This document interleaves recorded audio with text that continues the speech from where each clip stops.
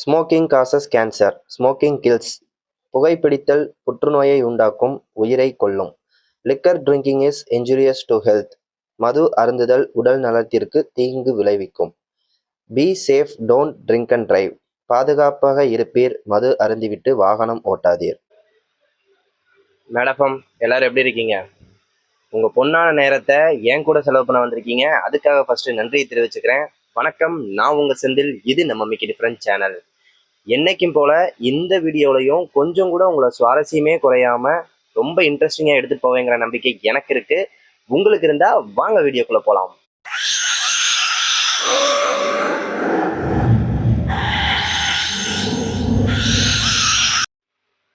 இந்த கதை 1980 நடந்ததுன்னு சொல்லப்படுதுங்க. அலாஸ்கா அப்படிங்கிற ஒரு நகரத்துல ஒரு கிராமம் இருக்கு. அந்த கிராமத்துல ஒரு பள்ளியும் இருக்கு. அந்த பள்ளியில தான் அஞ்சலினா அப்படிங்கிற ஒரு பொண்ணு படிச்சுட்டு இருக்கா. இப்போ அந்த பள்ளியில தேர்வு காலங்க. பொதுவாகவே அந்த பள்ளியை பொறுத்த வரைக்கும் தேர்வு காலங்கள்ல எல்லா மாணவர்களும் நூலகத்துல தான் உட்காந்து படிக்கிறது வழக்கமாகவே வச்சிருக்காங்க. அதாவது ஸ்கூல் முடிச்சுட்டு வீட்டுக்கு போயிட்டு அதுக்கப்புறம் படிக்கிறதுக்காக நூலகத்துக்கு வருவாங்க. ஏன்னா அது வந்து ரொம்ப அமைதியான இடம் அப்படிங்கிறதுனால எல்லாருமே வந்து நூலகத்துக்கு வந்து படிக்கிறத வழக்கமா வச்சிருக்காங்க. அதே மாதிரிதான் ஆஞ்சலினா அப்படிங்கிற பொண்ணும் நூலகத்துக்கு வந்து படிக்கிறத வழக்கமா வச்சிருக்காங்க. அந்த ஆஞ்சலினா வந்து ஸ்கூலுக்கு ரொம்ப தூரத்துலலாம் வீடு இல்லைங்க, ஸ்கூலுக்கு ரொம்ப பக்கத்துலேயே இருக்கு. அதனால ஸ்கூல் முடிச்சுட்டு வீட்டுக்கு போறாங்க. வீட்டுக்கு போயிட்டு ஃப்ரெஷ்அப் ஆகிட்டு ஒரு 6 மணிக்கு நூலகத்துக்கு வராங்க. ஓகேங்களா? அதுக்கப்புறம் இவங்க படிப்புல ரொம்பவுமே மூழ்கி இருக்காங்க. அவங்களுக்கு ஸ்டடீஸுக்கு ப்ரிப்பேர் பண்ணிட்டு இருக்காங்க. எக்ஸாம்ஸ்க்காக ப்ரிப்பேர் பண்ணிட்டு இருக்காங்க. அதனால ரொம்ப மூழ்கி இருக்காங்க. 6 மணிக்கு வந்தவங்க எப்பவுமே வந்து ஒரு 8 மணிக்கெலாம் வீட்டுக்கு போயிடுவாங்க. அன்னைக்கு ரொம்ப இன்ட்ரெஸ்டிங்காக ஸ்டடீஸில் இருந்ததுனால அவங்க மணி 10 கவனிக்கவே இல்லைங்க. எப்பவும் இரவு 8 மணிக்கு அவங்க வீட்டுக்கு போகும்போது பார்த்தீங்கன்னா ஒரு சில மாணவர்களாவது அந்த நூலகத்தில் இருப்பாங்க. ஆனால் இன்னைக்கு அவங்க 10 மணி ஆகியும் இன்னும் வீட்டுக்கு போகவே இல்லை. அதனால அந்த நூலகமே ரொம்ப மயான அமைதியாக காட்சி அளிக்குதுங்க. அதுக்கப்புறம் தான் இவங்க ரியலைஸ் பண்ணுறாங்க, இந்த நூலகத்தில் நம்ம மட்டும்தான் இருக்கோம் அப்படிங்கிறத. ஆனாலுமே இவங்களுக்கு வந்து இன்னும் ஒரு 15 நிமிஷம் ஸ்டடீஸ் இருக்கு அப்படிங்கிற காரணத்தினால அவசரமா அந்த ஸ்டடீஸை முடிச்சுட்டு வீட்டுக்கு கிளம்ப ஆரம்பிக்கிறாங்க. அதாவது நூலகத்துல இருந்து இவங்க வெளியே வரணும். அந்த நூலக ரூமை விட்டு வெளியே வருவாங்க. வெளியே வந்ததுக்கு அப்புறம் எக்ஸிட் டோருக்கு போகணும்னா ஒரு பெரிய காரிடோர், அந்த நடைபாதை வழியா தான் இவங்க போயாகணுங்க. அந்த நடைபாதையில இவங்க நடந்து போய்கிட்டே இருக்காங்க. இவங்க போய்கிட்டு இருக்கும்போது இவங்களுக்கு வந்து ஏதோ ஒரு வினோதமான உணர்வு ஏற்படுதுங்க. அதாவது எப்படி சொல்றது, யாரோ கூப்பிடுற மாதிரி, அந்த பேசுற மாதிரி சத்தம், அது மாதிரி எல்லாமே வந்து ஒரு அமானுஷ்யமான ஒரு உணர்வு இவங்களுக்கு ஏற்படுது. அதையும் தாண்டி இவங்க கொஞ்சம் தூரம் அப்படியே நடந்து போய்கிட்டே இருக்காங்க. அந்த காரிடோர் முடிகிற ஒரு என்ட்ரன்ஸ் இருக்குல்ல, அந்த என்ட்ரன்ஸோட மூலையில வந்து ஒரு உருவம் இவங்களுக்கு தெரியுதுங்க. கருப்பா முடியெல்லாம் ரொம்ப விரிச்சு போட்டு ஒரு கோரமான உருவம் மாதிரி ஒரு பெண் உருவம் அந்த மூலையில அவங்களுக்கு தெரியுது. அந்த காரிடோரோட முடிவுல இவங்களுக்கு தெரியுது. இவங்க அதை பார்த்தோனையும் கொஞ்சம் ஸ்டன் ஆயிடுறாங்க. என்ன இது? ஏன்னா அந்த இடம் மட்டும் இருட்டா இருக்கு. இருட்டுக்குள்ள ஒரு உருவம் மட்டும் தெரியுதுங்க இவங்களுக்கு. என்னடா இது இப்படி நிக்குதே அப்படின்னு சொல்லிட்டு இவங்க கொஞ்சம் பயப்படுறாங்க. பயத்தை உள்ள அடக்கிக்கிட்டு இவங்க வந்து ஒரு சவுண்டு கொடுக்குறாங்க. ஹலோ, அங்க யார் இருக்கீங்க? யாராவது இருந்தீங்கன்னா வெளியே வந்துருங்க அப்படின்னு சொல்லிட்டு பதட்டமான குரல்ல பயந்துக்கிட்டே இவங்க அந்த சவுண்டை கொடுக்குறாங்க. ஆஞ்சலினாவோட சத்தத்தை கேட்ட உடனேயும் அந்த உருவம் வந்து மறைஞ்சு போயிருதுங்க. மறைஞ்சு போன உடனேயும் சரி, இது வந்து ஏதோ மனப்பிரமையா இருக்கும் அப்படின்னு சொல்லிட்டு ஆஞ்சலினா மேலும் நடக்க ஆரம்பிக்கிறாங்க. தனக்கு தைரியத்தை வரவழைச்சுக்கிட்டு அந்த கார்னரையும் தாண்டி எக்ஸிட் கேட்டுக்கு வெளியே போயிடுறாங்க. வெளியே போய் பார்த்தா அவங்களுக்கு ஒரு அதிர்ச்சிங்க. அது என்ன அப்படின்னா, இவங்க ஏரியா, அதாவது இவங்களும் ஸ்கூலுக்கும் இவங்க வீட்டுக்கும் ரொம்ப பக்கத்துலன்னு சொல்லியிருந்தேன் இல்லைங்களா. இவங்க ஏரியாவை பொறுத்த வரைக்கும் எப்பவுமே ஆள் நடமாடிக்கிட்டே இருக்கிற ஒரு ஏரியாவா தாங்க இருந்திருக்கு. ஆனா அன்னைக்கு இவங்க 10 மணி வரைக்கும் நூலகத்துல இருந்த காரணத்தினால வெளியே வந்து பார்த்தா அவங்க தெருவுல ஒரு ஆள் கூட இல்லைங்க, ஒரு ஈக்காக்கா கூட இல்லை.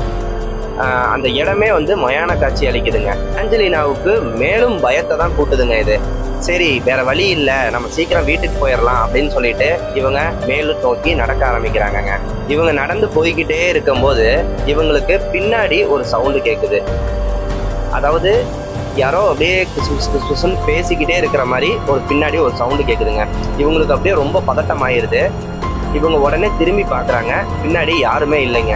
பின்னாடி திரும்பி பார்த்துட்டு யாருமே இல்லைன்னு சொன்னோடனே சரி என்னடா இது இப்படி வந்து மாட்டிக்கிட்டோமே அப்படின்னு சொல்லிட்டு இவங்க திரும்பியும் முன்னோக்கி நடக்கிறதுக்காக இவங்க அந்த பாதையை நோக்கி திரும்புறாங்க. திரும்பின உடனே பார்த்தா மூஞ்சிக்கு முன்னாடி ஒரு உருவங்க. அவ்வளோதான், இவங்க ஸ்டன் ஆயிட்டாங்க. அந்த உருவம் எப்படி இருந்திருக்கு அப்படின்னா ஒரு கோரமான உருவங்க. அந்த ஜடா முடியெல்லாம் வச்சுட்டு சில பேர் இருப்பாங்கல்ல, அந்த மாதிரி வந்து ஒரு முடி, அந்த முடி வந்து பார்த்தீங்கன்னா அதெல்லாம் வந்து சீவவே முடியாம அந்த அளவுக்கு ஒரு ஹார்டான ஒரு முடி. இவங்க தோற்றமே பார்த்தீங்கன்னா ஒரு ரொம்ப விகாரமான ஒரு தோற்றமா இருந்திருக்காங்க. அதை பார்த்தவொடனே இவங்க அரண்டு போயிட்டாங்க. அரண்டு போயிட்டு பேச்சு மூச்சே இல்லாம என்ன பேசுறதுன்னு தெரியாம அப்படியே வந்து திகைச்சு போய் நிக்கிறாங்க. அந்த உருவம் வந்து இவங்கள்ட்ட ஒரு கேள்வியை கேட்குதுங்க. என்னோட குழந்தை எங்க, என்னோட குழந்தை எங்க அப்படின்னு வந்து ஆஞ்சலினா கிட்ட அந்த உருவம் கேட்குதுங்க. இவங்க அப்படியே திகைச்சு போய் பதிலே பேச முடியாத நிலைமையில நின்றுட்டு இருக்காங்க. இவங்களுக்கு என்ன பண்றதுன்னே தெரியல. இந்த உருவம் நம்மளை விட்டு போயே ஆகணும், அப்பதான் நம்ம வீட்டுக்கு உயிரோட போக முடியும் அப்படிங்கிற ஒரு மனநிலைக்கு வந்துடுறாங்க.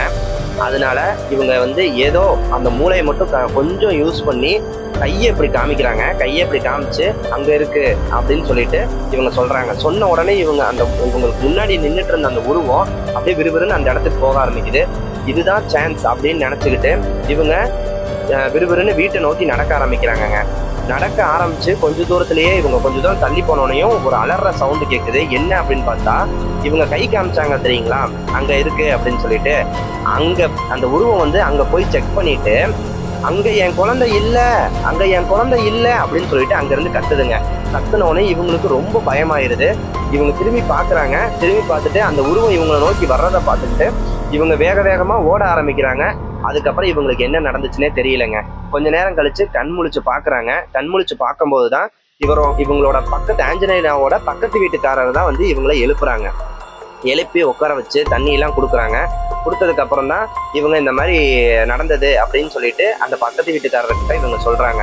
சொன்னதுக்கு அப்புறம் தான் அவர் வந்து இங்க நடந்த உண்மைகளை பத்தி சொல்றாங்க. ஏன்னா ஆஞ்சலினா வந்து சின்ன பொண்ணு இல்லைங்களா, அவங்களுக்கு என்ன நடந்துச்சு அப்படிங்கறதெல்லாம் தெரியாது. அவர் வந்து பெரியவர். அதனாலதான் இந்த ஸ்கூலோட ஹிஸ்டரியை பத்தி அவரு கொஞ்சம் சொல்ல ஆரம்பிக்கிறாரு ஆஞ்சலினா கிட்ட. அப்பதான் இவங்களுக்கு என்ன நடக்குதுன்னு தெரியுதுங்க. அவர் என்ன சொல்றாரு அப்படின்னா, கொஞ்சம் வருஷத்துக்கு முன்னாடி இந்த ஸ்கூல் இருக்குல்ல, அந்த ஸ்கூலுக்கு பக்கத்துல ஒரு வீட்டுல வந்து ஜெனிஃபர் அப்படிங்கிற ஒருத்தவங்களும் அவங்களோட மக வந்து மெர்கெல் அப்படிங்கிற ஒரு பொண்ணும் வந்து குடியிருந்திருக்காங்க. இவங்க வந்து நல்லா ஹாப்பியாக தான் வாழ்ந்துட்டு இருந்திருக்காங்க. இவங்களுக்கு அப்பா கிடையாது, ஓகேங்களா. ஜெனிஃபர் தான் வந்து மெர்கெலை வளர்த்துட்டு இருந்திருக்காங்க. அந்த மெர்கெல்ங்கிற பொண்ணும் இதே ஸ்கூல்ல தான் படிச்சுட்டு இருந்திருக்காங்க. இது வந்து ஏதோ ஒரு அமானுஷ்யம் மாதிரி நடந்திருக்கு. அது என்னங்கிறத யாருமே சொல்ல மாட்டேங்கிறாங்க. அந்த அமானுஷ்யம் நடந்து இந்த மெர்கெலுங்கிற பொண்ணு காணா போயிடுறாங்க, ஓகேங்களா. காணா போய் இவங்களோட பாடி கூட ஜெனிஃபருக்கு கிடைக்கவே இல்லைங்க. அந்த பாடி கூட கிடைக்கல. ஏன்னா தன்னோட பொண்ணு அவ்வளோ ஆசையா வளர்த்த பொண்ணு பாடி கூட கிடைக்கல. அப்படிங்கிறதுனால இவங்க வந்து ஒரு மென்டலி டிஸ்டர்ப்ட் ஆயிடுறாங்க. என் பொண்ணு எங்க எங்க எங்கன்னு எல்லாத்துக்கிட்டையும் கேட்க ஆரம்பிக்கிறாங்க. இவங்க கேட்டுட்டு இருந்து அப்படியே இறந்தும் போயிடுறாங்க. அவங்களோட ஆத்மா தான் வந்து இப்போ அந்த ஸ்கூலை சுத்திலுமே வந்து என் பொண்ணு எங்க, என் குழந்தை எங்க, என் குழந்தை எங்க அப்படின்னு சொல்லிட்டு தனியா இருக்கிறவங்கள்ட்ட இந்த மாதிரி கேட்டுட்டே இருக்குது அப்படிங்கிறத வந்து அந்த பக்கத்து வீட்டுக்காரரு ஆஞ்சலினா கிட்ட சொல்றாங்கங்க. இதை கேட்ட உடனே ஆஞ்சலினாவுக்கு அப்படியே தூக்கி வாரி போட்டுருச்சு. ஐயோ, நம்ம கிட்ட வந்து பேசுனது ஒரு ஆத்மாவா அப்படின்னு சொல்லிட்டு எவ்வளோ சீக்கிரம் நம்ம வீட்டுக்கு போக முடியுமோ அவ்வளோ சீக்கிரம் நம்ம வீட்டுக்கு போயிடணும் அப்படின்னு சொல்லிட்டு இவங்க வீட்டுக்கு போயிடுறாங்க. கடவுள் புண்ணியத்தில் இந்த ஆஞ்சலினாவுக்கு எதுவுமே நடக்கலைங்க. அது பயந்ததோட சரி. அப்புறம் இவங்களுக்கு கொஞ்சம் உடம்பு சரியில்லாமல் ஆகுது. அதுக்கப்புறம் ஹாஸ்பிட்டல் போய் அதையும் ரெடி பண்ணிடுறாங்க. ஆனால் இன்னமுமே அந்த ஸ்கூலை சுற்றிலையும் ஜெனிஃபரோட ஆத்மா தன்னோட குழந்தைய தேடிக்கிட்டே தான் இருக்குது அப்படிங்கிறத அந்த ஊர் பொதுமக்கள் சொல்றாங்கங்க.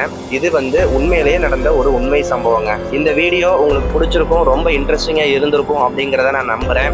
புதுசா வந்த வியூவர்ஸ் மறக்காம சப்ஸ்கிரைப் பண்ணி நம்ம மேட் எஃப்எம்ல ஜாயின் பண்ணுங்க. திரும்பவும் இதே மாதிரி ஒரு இன்ட்ரெஸ்டிங்கான பேய் கதையோட திரும்பவும் நாளைக்கு உங்களை சந்திக்கிறேன். அது வரைக்கும் உங்களிடமிருந்து விடைபெறுவது உங்களின் செந்தில்.